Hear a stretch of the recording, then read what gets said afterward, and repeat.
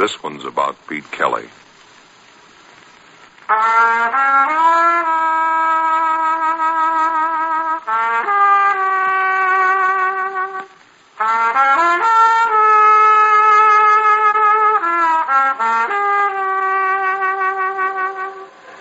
about the world he goes around in.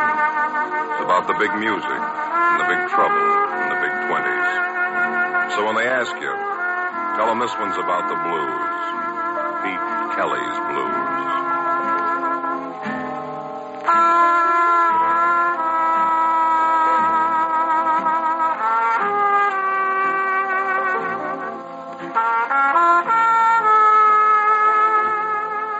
Pete Kelly's Blues, starring Jack Webb, with story by Joe Eisinger and music by Dick Cathcart.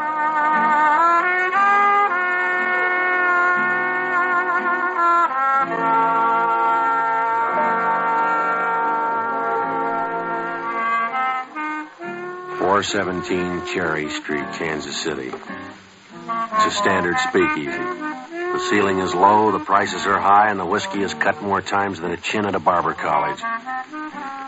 The entrance is just wide enough to handle one at a time, vertical or horizontal.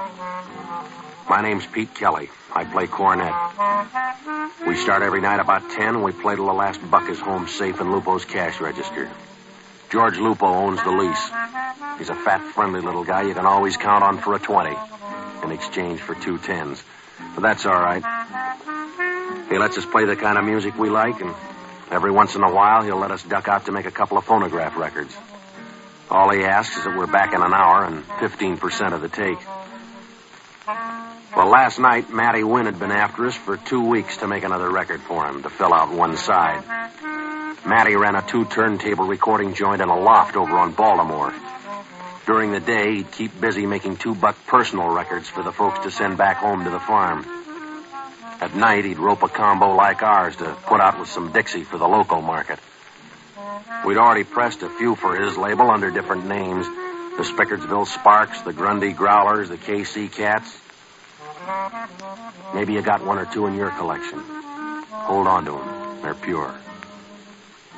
Well, it was getting on to 11 when I pushed the tempo on the last number in the second set. Lupo glared at us as we hustled out. Packed up our instruments, we piled into a taxi in Red's Erskine coupe and slammed out for Baltimore Street and Matty's loft. Come on, I'll help you with the bake. All right. Let's keep it light, huh? This is a residential district now. Hold it down, boys, huh? Hold it down. Hey, fellas, quiet down now. Quiet. Pete? Who's that, Red? Looks like Zelda. Oh, Pete, I'm so glad I didn't miss you. Yeah, Zelda. I have to... Could I talk to you for a minute, Pete? All right, what's on your mind? Alone? I got a recording date, Zelda. I know, Pete. That's why I came here. We have to get back to 417. A minute, Pete? A half a minute. All right. Okay, Petey, we'll wait upstairs. All right, you guys, let's move. And Pete. Yeah, Red. We don't sound like much without a cornet. Make it snappy, huh? All right. All right, inside, Mo. Okay. Thank you, Pete. All right, come on, Zelda. Don't be mean, Pete. I've had my share of meanness. The way the newspaper... What did you expect? Rave notices for the way you divorced Matty to marry a hood like Johnny April? I have a right to live my own life. Sure, no matter whose life you kick to shreds doing it. I love Johnny, and he loves me. Oh, Pete, of all people, I thought you would understand, that you would... Now, look, Zelda.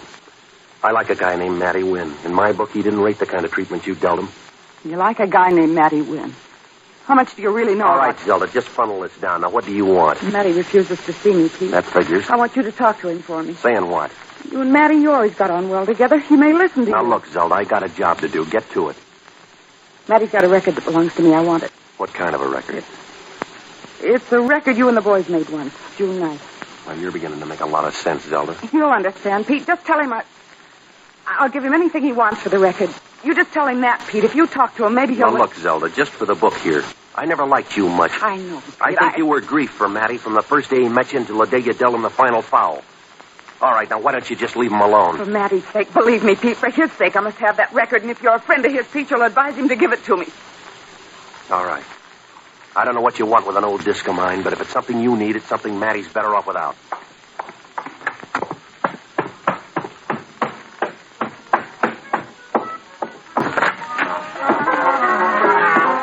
Matty? Pete, I'd begun to think you deserted us for the Mound City Blue Blowers. I just left Zelda. Of course, the wisest thing any man could do. She was waiting for me downstairs. Why is it, Pete, that we always assume the vulture to be male? She seemed more like a frightened rabbit. Zelda, rabbit? Mink, yes, but never rabbit. All right, Matty, I'll tell you about it after the session, huh?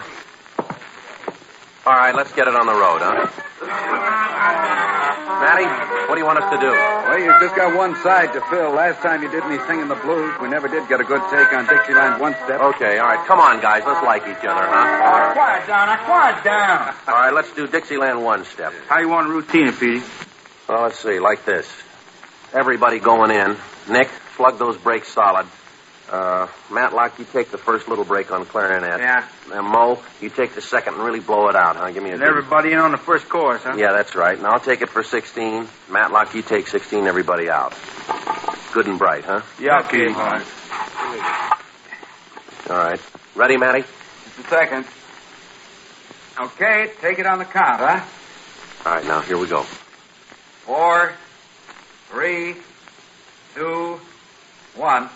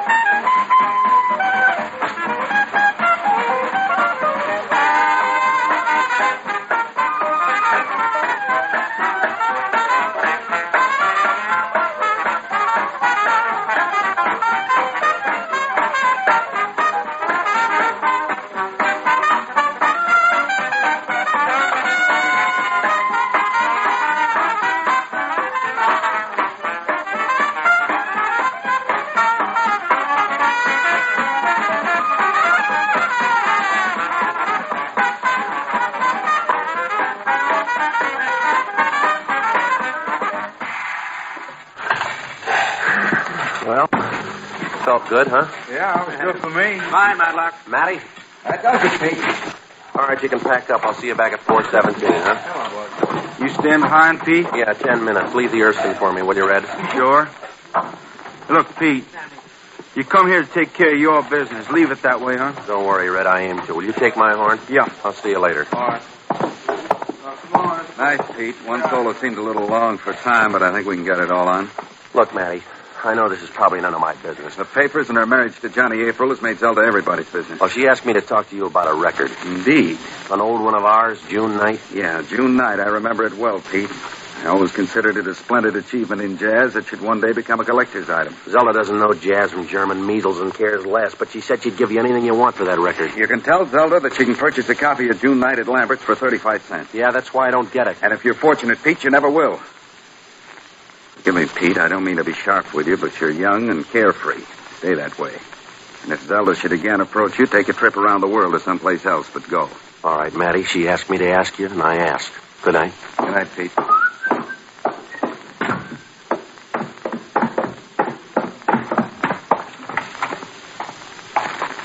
Hey, you Pete Kelly? Who wants to know? Hear that, Perry? He wants to know who wants to know. All right, I'll tell you. I want to know. Feel better? Sure, I'm Pete Kelly, but I got a right... And I got a left. Let's ride. Thanks, but I got my own car here. Right now, ours is safer for you. It's bulletproof.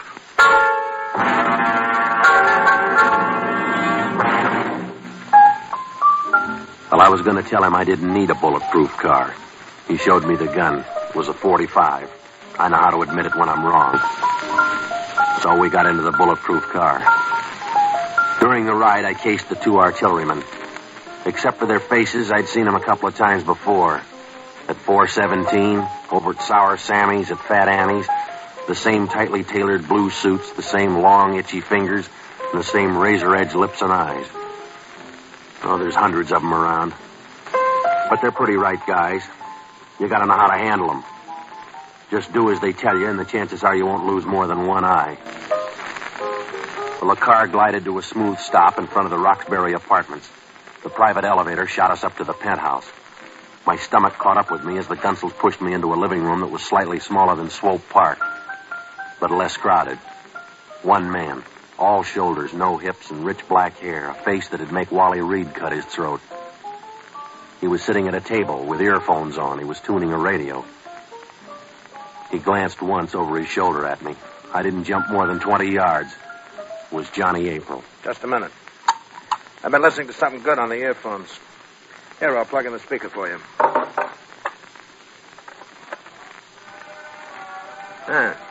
You hear that music? Yeah. Nice reception, huh? Yeah. Just got it. 12-tube superheterodyne, Magnavox horn. Pulls in Frisco without static. The best.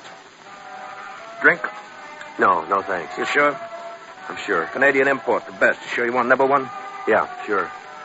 Well, luck? Luck? Yeah, it's good stuff. Got a jolt, the best. You know who I am? Yeah. You sure? Sure. What's my name? April. Johnny April. That's right. You know my wife? Your wife? My wife. Yeah? You sure? Yeah, Mrs. April. Don't you know her better than that? And what? Than Mrs. April? Well? Huh? Well, sure. I know her. I knew her when she... Well, before she... When she was married to Matty Wynn? Yeah. But you didn't call her Mrs. Wynn, did you? Well, no. What did you call her? By her name? Which is? Zelda. Zelda, that's right. That's all I wanted to fix. Now we both know what we're talking about, Zelda. You understand now? Yeah? That's why I invited you here, to talk about Zelda. And why you're bothering her. Well, you lost me, Mr. April. Not a bad suggestion, but first I want you to tell me what you and Wynn are clubbing Zelda with. You're asking me to play without a cue sheet, Mr. April. I don't even know the tune. Tonight you stopped Zelda on Baltimore Street. You talked to her on a corner. You was seen. She was pleading with you. Now, look, Mr. April, you're spinning it backwards. She stopped me, asked me to speak to Wynn. About what? Well, about a record she said belongs to her. What record? Well, it's a record. One that I made for Wynn. It's called... The title... Yeah, I know. This sounds silly, but it's true. Half right, Kelly. Sounds silly because it isn't true. What do you want with Zelda? All right, April. You take it any way you like. All I want from Zelda is distance between us. Now, I got a date to play. Jake, teach him. What are you and Wynn cooking? Nothing. What do you want from Zelda? Nothing, I tell you. Johnny, what are you doing? This the crumb who stopped you tonight? Yeah, he's the one. How much did Wynn pay April to take Angel off his hands? What did he want? Money. Yeah, he said he and Wynn would make trouble for me. For you. What kind of trouble? My divorce. About my divorce. Open it up again unless I paid them. All right. Now listen to me, Tin Horn. You got luck. You got lots of luck. You should light a candle to your luck. Next time you fill a ditch. This time I only warn you. And these are the warnings on the way. Tomorrow morning, 9 o'clock, you go to Union Station. You buy a ticket, east, west, north, or south. You go. You go till the train runs out of the rails. No more room for you in Kansas City. Only in that ditch. You hear me? I hear you.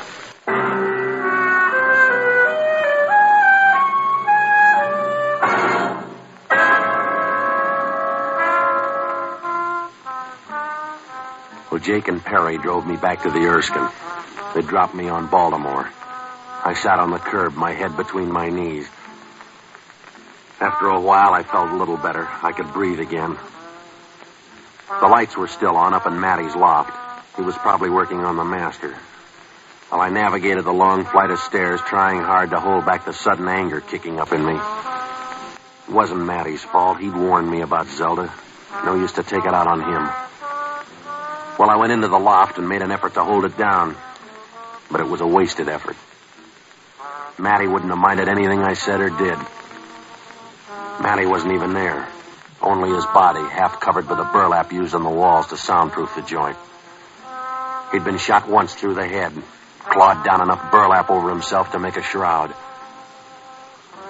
I picked up the phone in the office, gave Central the number of Sour Sammy's joint, and waited for Sammy to see if Barney Ricketts was under his favorite table. Barney Ricketts is the only ex-bootlegger I know who went broke in 1922. He set out to prove that a man could drink his gin without ill effects.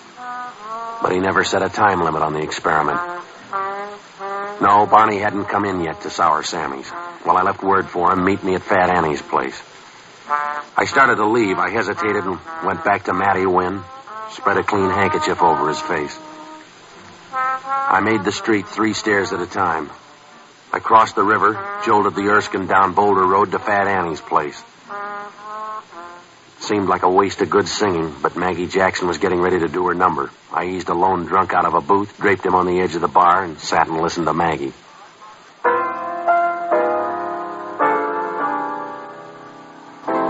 Across the river on the Kansas side,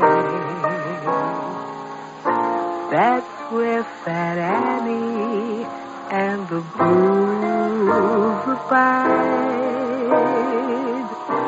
To get your music and your chicken fried, come to Fat Annie.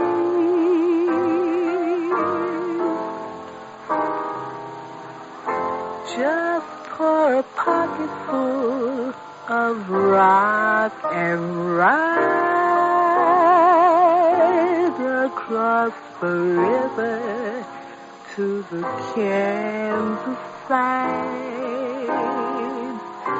And when you get across that great divide, come to Fat Annie.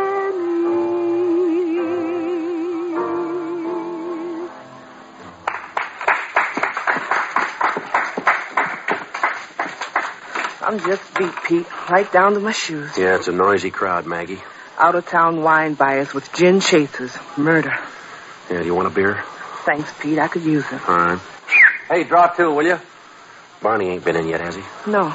You got trouble again, Pete? Where can I buy a new birthday? The stars are ganging up on me. Ain't nothing in that astrology, Pete. Well, there must be some explanation. Yes or no, hot or cold, I catch it. What's the misery this time, Petey? Only that Matty Wynn caught a bullet in the head. No. And if I'm not out of KC by morning, he's going to have company.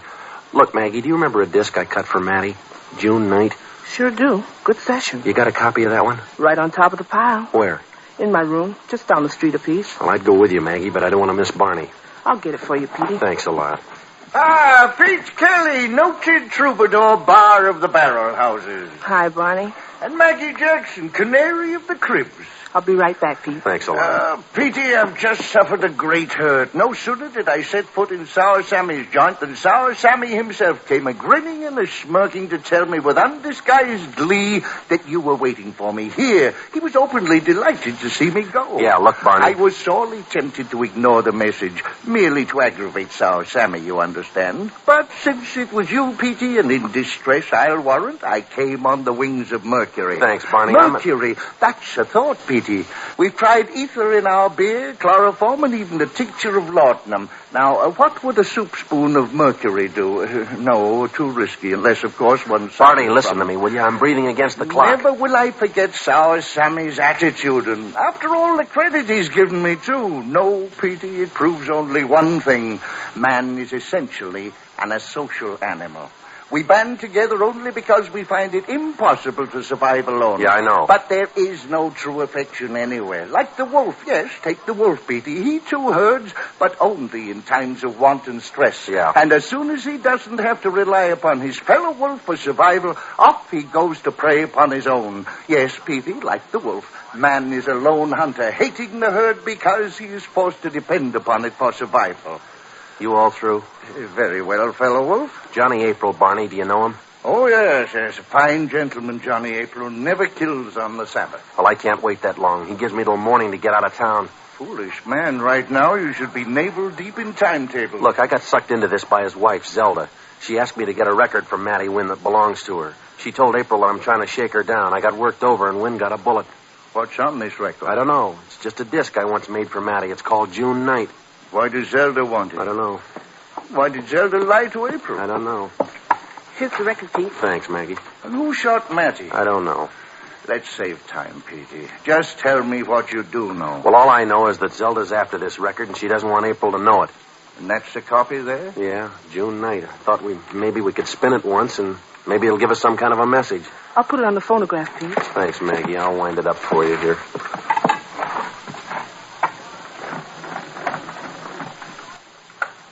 All right, listen to it, huh?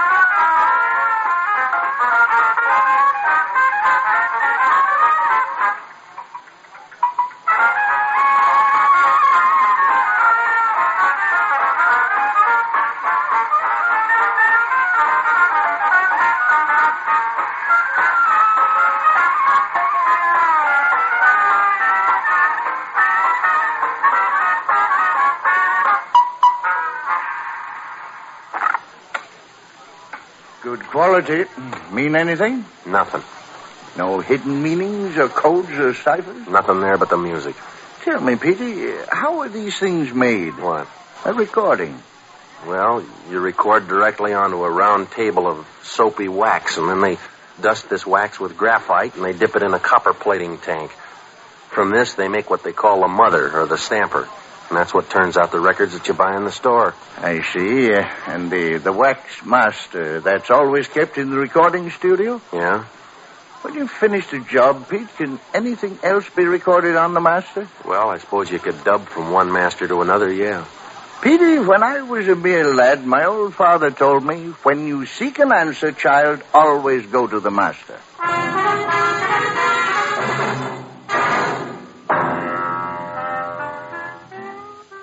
Well, I pointed Barney for the door. We got into the Erskine and jolted back over Boulder Road and across the river. Barney insisted on expanding his wolf-man-herd theory all the way back to Baltimore Street. By the time we reached Mattie Wynn's loft, my fangs were on edge. Barney looked away from Wynn's body as we headed for the file room. I yanked open a metal container. It was empty. The master of June Night was gone. Yeah, your old father was right, Barney. He also told me the master will always be there for you. Notice the disarranged state of the files here, all the compartments. Yeah. Whoever came for the master of June Night went directly to the right file as you did. Didn't find it there and ransacked the rest of the place. Well, then Mattie hid it figuring something like this, but where? Let's look around the control room, Petey. Oh, there's no place there to hide a flea. Did you ever read a story called The Purloined Letter by Edgar Allan Poe? Not now, Barney. A wonderful little tale. Now, look, Barney, In this particular story, Petey, a number of detectives were taking a room apart by the seams, searching for a letter. They couldn't find it, and why? Because man is blind, Petey. He never recognizes the truth when his eyes fall on it, just as our eyes now fall on this peculiar-looking record on the turntable. Yeah. Barney wouldn't leave it out just like this. Prove me wrong. Play it.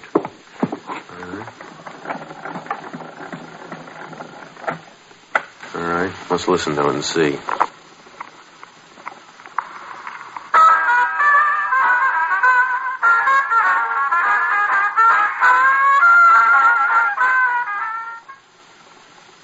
You understand what you're to say, Zelda? You wrote the script for me. Not that I don't trust you, of course. Let's get on with it, Matty. A little closer to the microphone, Zelda. This close enough, Matty? This close enough, Pete? Don't be foolish, Zelda. Put that gun away. Give me the record, Pete. Sure, in exchange for that gun. You'll get what's in the gun. Like you dealt it to Matty? The record here on the turntable all the time, and you broke 3 nails ripping those files apart? Face the wall. Keep your hands up. Lean against it, both of you. Excuse me, madam, but I just dropped in to make a record for the folks Shut back up. home. Surely.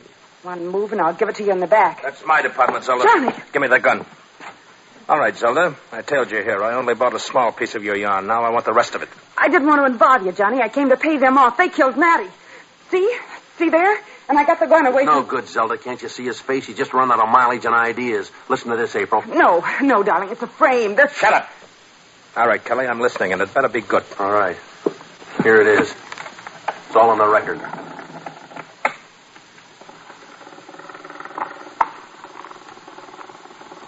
Just close enough, Matty? Perfect.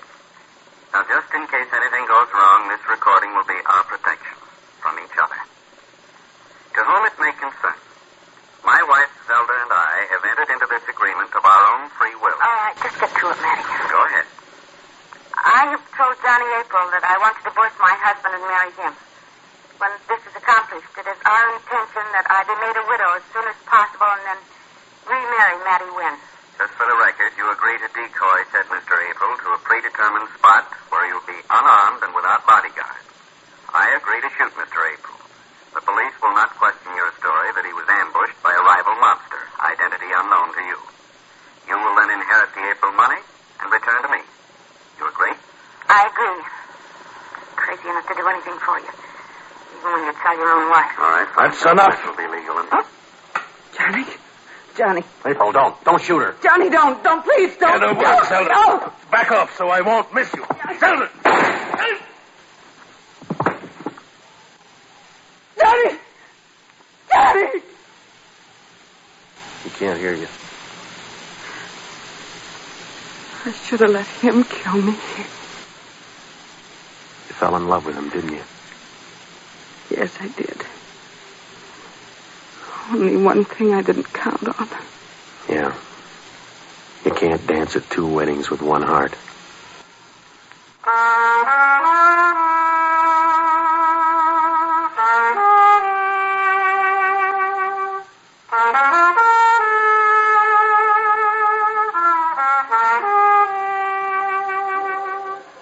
Pete Kelly's Blues, starring Jack Webb, with story by Joe Eisinger and music by Dick Cathcart, scoring by Matty Matlock.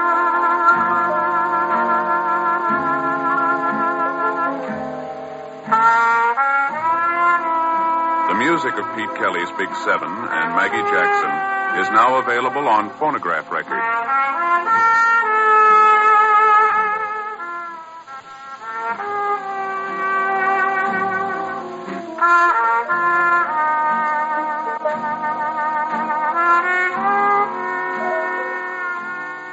Tonight on NBC,